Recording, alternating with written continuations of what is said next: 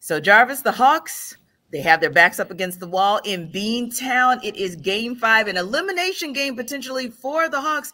And the question becomes, can they get game 5 without number 5? We found out late Monday that Dejounte Murray was suspended. He was given a 1-game suspension by the NBA for what they're calling verbally abusive behavior and contact with a referee, which happened at the end of game 4 here in Atlanta on Sunday evening. Now, it's interesting because a lot of people are feeling some type of way about that because they feel like, okay, Jason Tatum having some pushback with the referees and nobody's going to give him as much as a fine, if you will.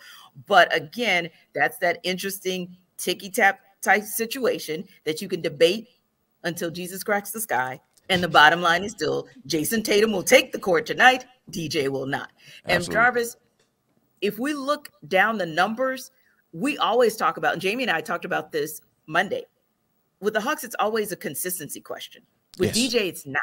DJ has been the most consistent player in this series. Quinn Snyder talked about it at his press conference yesterday, how much they're going to miss the consistency, not just from this series, but really what DJ's meant to this team the entire season. And we're talking about a guy who literally was averaging across those first 4 games 25 points, 6, almost 7 rebounds, 6, almost 7 assists. So you're talking about somebody that who at any time was almost close to a double-double every single night. What in the world, in the absence of DJ, can the Hawks do to win and not come home unless they're coming back here to play a game 6? How do they get that done? Wow, Trae's going to have a bow-worthy Madison Square Garden type performance. That's the only way I see it even being possible. Like, we're going to need that guy. That guy is going to have to show up. And I don't necessarily know if he – you know what? Let me say this. Let me take that back. I believe Trae Young has that in him. It's just a matter of when he wants to tap into that or when he can tap into it. Yes. And I don't know if he'll be able to tap into it with this lineup that they're going up against, because we've talked about as this series has gone on, and we've seen how, you know, out of 4 games, the Hawks have to be damn near perfect in order for this to even be a competitive game. So asking Trae to kind of have a performance where he's taking bows at half court and, you know, giving him the kiss and all that, kiss of death and all that stuff, I don't know if he can necessarily do it, but I know that he can. He's capable of doing it. I know that he's capable of doing it and tapping into it, but it's going to be super, uber hard for him to do it against this team.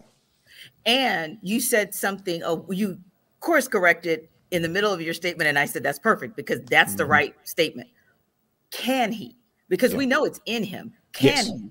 Will he be able to tap into that for 48 minutes? Because the other thing, Jamie laughed when I said it, because normally I don't use those words, and I said it afterwards. I was like, no, I didn't mean to get that strong because I don't call anything trash. But his first half play, if you looked at the numbers, game 4, kind of trash. Yeah. Game 4, second half, however, Trae was anything but trash. It was transformative, right? But you got to get there for 48 minutes from him. That's where you missed Dejounte Murray, because you got solid for 48 minutes pretty much for 4 games. And so, yes, I think the first step in potentially getting a win is for Trae Young to be consistent across as much of those 48 minutes as he can. But it's literally going to take every player stepping up big time. And some players have to step up 2 or 3 levels in order for them to get it done. Why do I say that? Because remember the third quarter, the beginning of the third quarter in game 4, Clint Capella was looking like lights out on offense, right?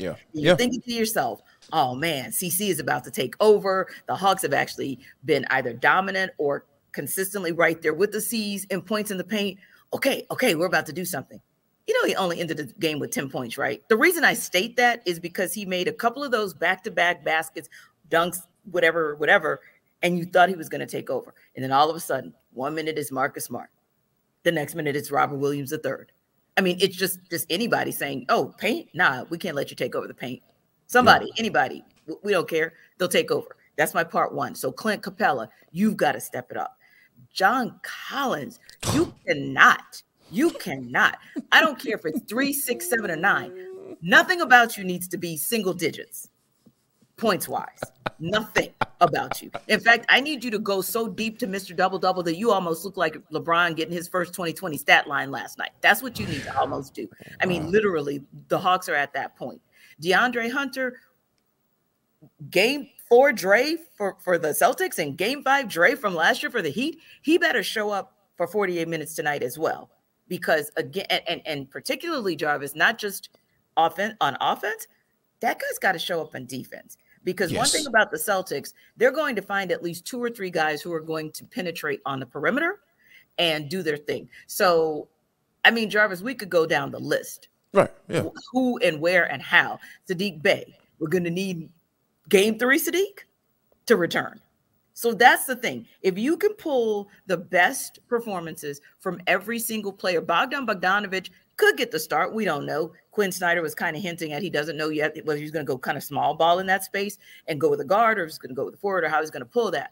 But Jarvis, whomever it is who takes the space of Dejounte Murray, and I don't think it can be just one person. It's going to have to be a committee. Combination. There it is, that accommodates the loss of number 5. And I like how you put it when you start, listening and going through folks, because it's going to take guys pulling from what they've already done in this series, which is playing their best basketball, and they're going to all have to put it together, and they're going to have to cook it up somehow. And Trae's going to have to be the master chef, right? And trying to pull from these guys, along with making sure that he establishes himself as a scorer as well, because that is going to be key. Because now, distributing the basketball, getting everybody involved, I get it, I understand it, but he's going to have to come out and make sure that his shot is going, make sure he's getting into the flow of the game, and implement the other guys as well as the game goes along, because he's going to have the ball in his hands a little bit more with Dejounte Murray being out of the picture, right? So those are some of the things I'm sure, and it's coming to you. You know what I'm about to say right here. That trap is coming. It is coming. At some point, it is going to come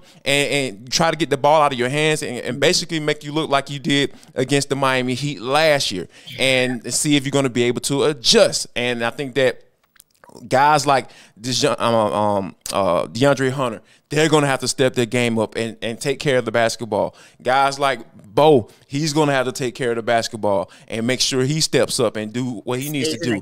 Yeah, stays in the game. Like, you're fouling out, dude. Come on, man. That should not happen at all. And here's a little X factor. Now, this is a guy who's who we really like on this show. Do we see AJ Griffin tonight, T? We better. I mean, because and we're not talking about 5 minutes, right?